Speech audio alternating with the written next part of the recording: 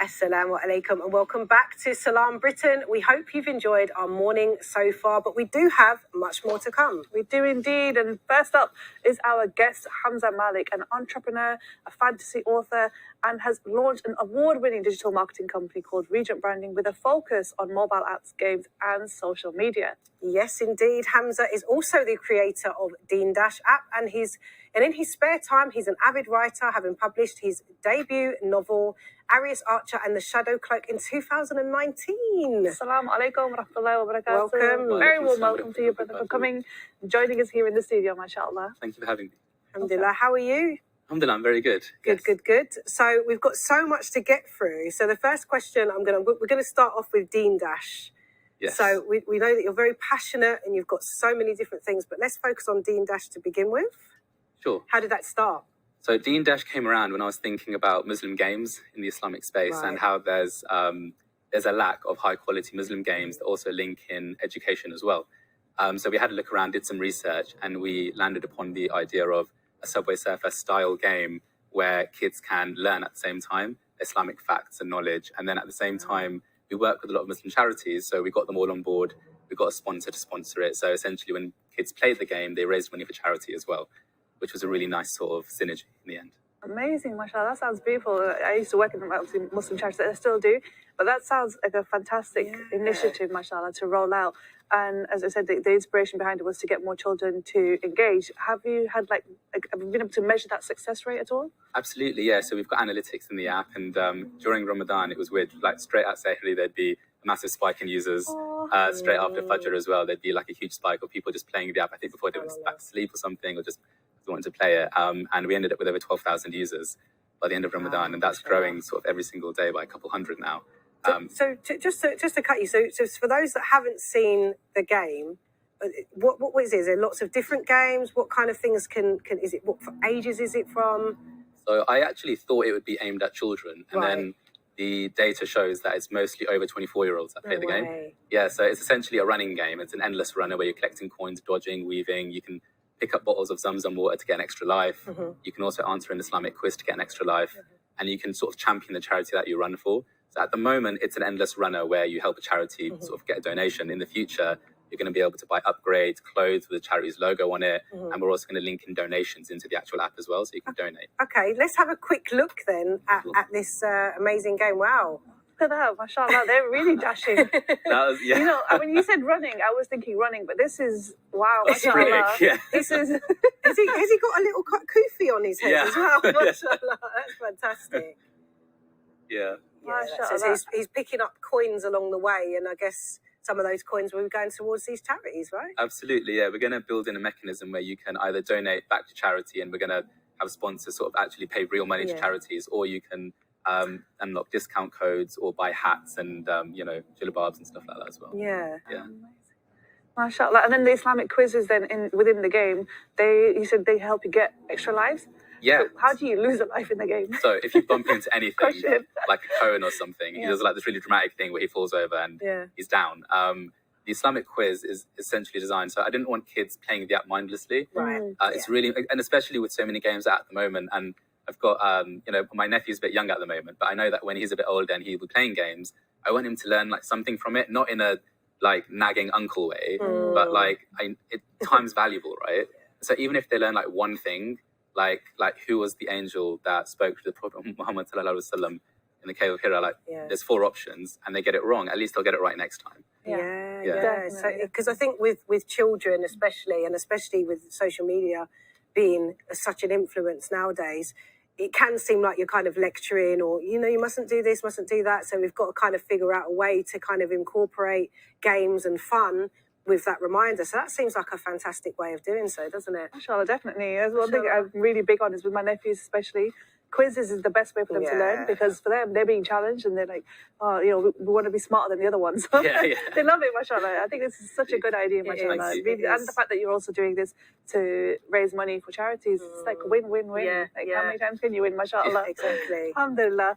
Now, is it possible then for someone like myself, a budding entrepreneur as I am, to create and build apps too? Or is it something that's kind of like a very, very specific subject for specific type of people who are very digitally savvy, because I'm not digitally savvy at all? It's a really good question, and absolutely.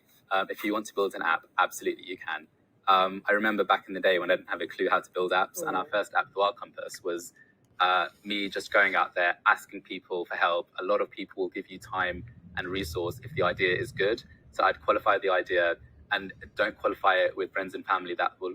They're lovely if they constantly support you, but you need to also get people to critique it. And then there is a wealth of knowledge and resource on the internet. So if anyone has an idea, I would never want them to think that it's dark arts or it's not allowed and that's too difficult. Absolutely approach it, and you would be surprised at how simple it is to build apps like Deen Dash.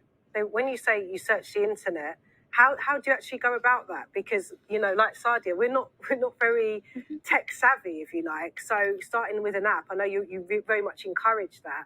But just talk us through the steps of how we would get to kind of having an idea and finding those gaps that we spoke about off camera. Sure, yeah. So with the idea, as long as you're doing it for a passion that you have internally and not because you want to sort of, you know, make a quick buck. Right. As long as it's a passion that you have, you'll find yourself asking the right questions to Google anyway. And then once you scroll down, you've got like people also asked. Right. Those questions are where you want to start researching and thinking, okay, so these are the competitors in the market. This is what I need to improve upon. Then you can look at those apps, download those apps, use them. And I'd say like a month or two can literally just be spent in research. And there is no fixed formula to it, which is the great thing. Like for Deen Dash, the research was actually done using social listening tools. So like Crimson Hexagon and stuff, we used tools that showed us that people were playing Muslim games and they were critiquing them.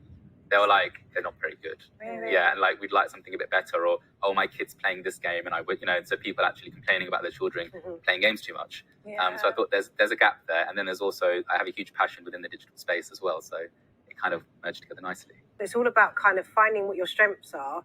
And also, again, there's gaps there. And there's the Islamic side as well, where you're kind of helping children, helping mothers as well, to get their children to, you know, they can still play the game, but then they're going to get that, you know, that quiz with the Islamic reminders and still give to charity at the same time. I think that's fantastic, isn't it? Mashallah.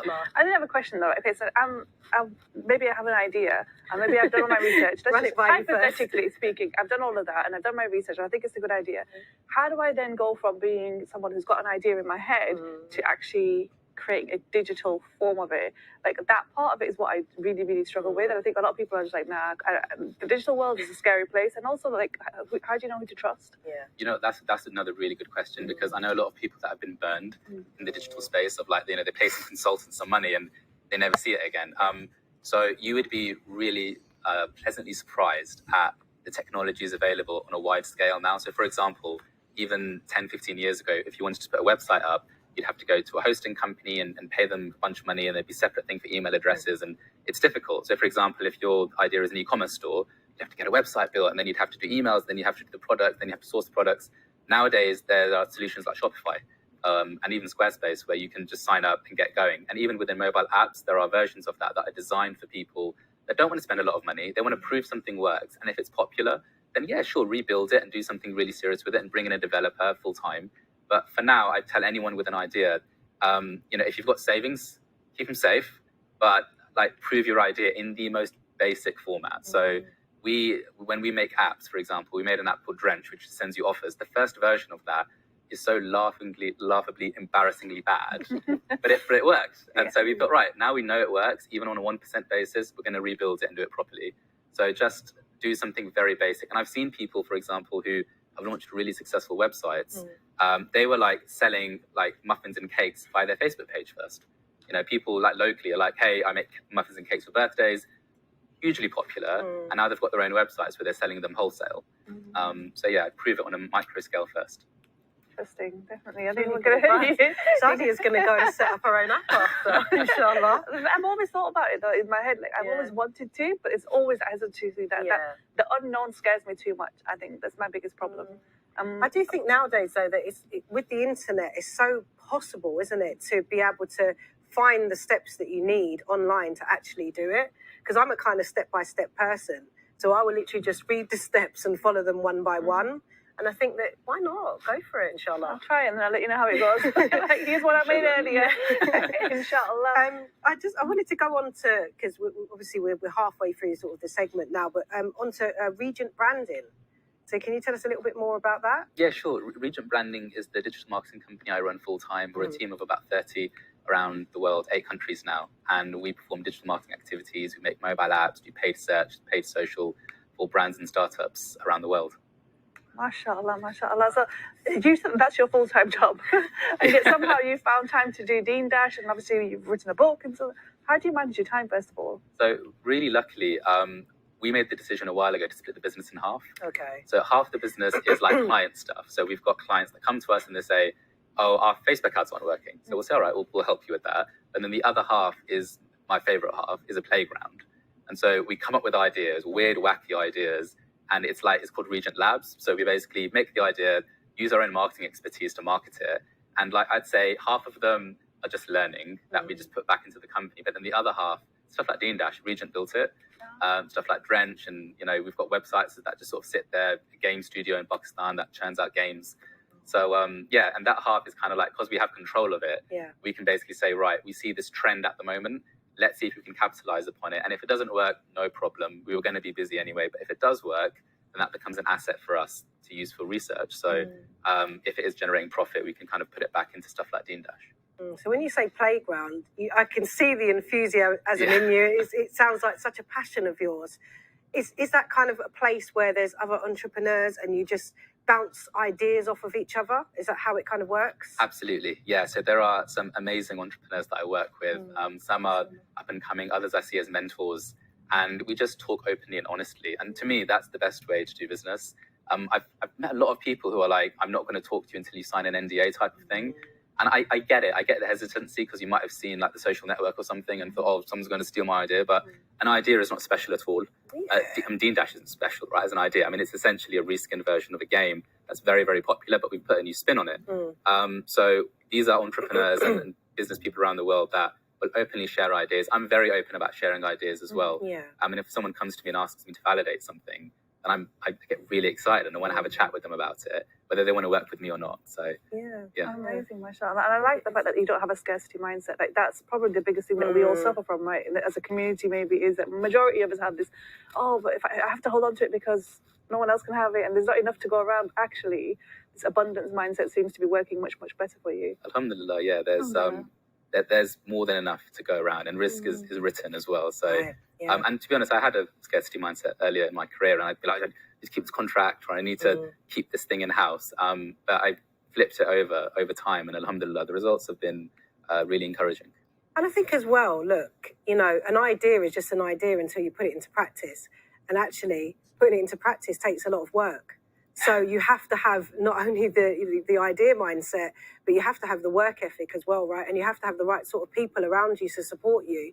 So we shouldn't really get caught up, should we, in worrying about if other people are going to steal our idea, because actually you have to have that mindset, that work ethic mindset, don't you? You're completely right. And as harsh as it sounds, if someone steals your idea and executes it better, you probably weren't the best space for that idea. Because, sometimes someone will come up with a better product comes out, really, unless someone kind of just steals your source code, which is different, the market does decide. So we've had people, for example, most apps we make, their code is available on random websites within a few weeks. Someone rips it down and re-engineers it. But for us, the best product will always win. As long as you're providing the best user experience and it's fun and you care about it, other products are just noise in the background. MashaAllah, mashallah. So we've gone through only half of your resume right now, but I'm going to go to this part that I think is really interesting. I think it's probably more personal to you. It's the fact that you're also a writer and you've published a very interesting type of genre of book, Arias, Archer and the Shadow Cloak, which is a dark fantasy novel. So how did you write and publish that, and what was the inspiration behind it? So my youngest sister was the inspiration behind the book. When she was very young, she asked for a bedtime story, and I made one up on the spot. It's showing on the screen at the moment. On the screen there, and she insisted that I write it down. And she had a better eye for sort of books than I did at the time. She said, "No, you should definitely write that one down." So I spent 4 or 5, 6 years just sort of writing it down, drafting it, redrafting it, getting agitated and deleting it, and then writing it again. Which I'd recommend everyone, whoever wants to write a book, just don't back everything up on the cloud or whatever. Don't delete anything. And then I published it, and it's available on Amazon now in a hardcover and Kindle format as well. So So you've been doing so much. So when you say that it was your sister's idea and you wrote the book off the back of, you know, the conversation with your sister, I take it that you were just freestyling with, you know, making stories up instead of reading from the average storybook. You actually made up a story that then became your own idea as a book. Yeah, absolutely. I knew a bunch of stories in books, and I thought they were a little bit dry, a little bit predictable, and we've been there, right? Like it's been done. But I thought, let's do something really weird, wacky, out there. And I've always loved writing since I was a child. So the ultimate book that was published had a lot more nuance to it, and it wasn't as sort of out there as what I told my little sister, because it needed structure. But I'd recommend anyone who has an idea, and a lot of people come to me and say, I've got this idea for a book. Again, I'd say just write a chapter, that's it. Don't commit yourself to writing a book. And then if someone enjoys reading that chapter, that boost of motivation and confidence you get, it will push you to finish the book. Yeah. I was going to say, dark fantasy is a very specific genre, and it's quite an interesting genre. It's not one that most Muslims would brave, really. So tell us about how you went about just making sure that was still a safe book to go out into the public sphere. Absolutely, yeah. So it's really important to me that everything I do has Islamic principles behind it. And I think about this constantly, whether it's at work or something I'm doing for fun. So I asked a lot of people when I wrote this book, is it okay that we're doing X, Y, and Z in the book, and it's an action fantasy adventure, and it's a little bit dark in places, so there's some pretty intense scenes in it. But to be fair, everyone I spoke to said, look, as long as it's dealing with good themes, that the content is appropriate, which it is, children can read the book, then it's absolutely fine. And I think as far as fantasy goes, stuff like Narnia and Harry Potter, I grew up on, and I absolutely love it. And I have seen that kids nowadays, they yearn for something a little bit edgier and something a bit darker. But I wanted to do that without being sort of something that your parents wouldn't want you to read. That's inappropriate. So a lot of parents read Arias to their children quite happily. And so you're keeping within the boundaries of Islam, absolutely. But because we're all different, right? And there's things that appeal to different children of different ages, and even adults as well. Like you said, you kind of, some of your target audiences are the older generation. Absolutely, yeah. I think children read it and they see an action fantasy and they have a lot of fun with it. And if an adult reads it, they usually tell me that they picked up the allegories for mental health and stuff, because the main character suffers from mental health issues. It's not like he's a hero and he's like a superhero. He's just a flawed human being. So yeah, people will pick up different things from it. MashaAllah, amazing stuff. I'm so glad that we've had you on as a guest, and we've covered so many interesting topics with just one person, mashallah, which really does speak to the potential that we all have as human beings. So you've been inspirational, mashallah. Thank you so much for coming and joining us and inspiring us. I think I'm going to do an app. You're going to write a book. How did you know? She knew. I think she could feel the energy. I've always wanted to write a book. You should go for it. A kind of autobiography, inshallah. But we'll see. But I think we're gonna grab you off camera, aren't we, and ask you lots more questions. But we have run out of time, I'm afraid. But yeah, thank you. Thank you so much for having me. Thank you. We can hopefully have a safe journey back home, inshallah. Inshallah. MashaAllah, that was amazing. It was. And we are going to go for a short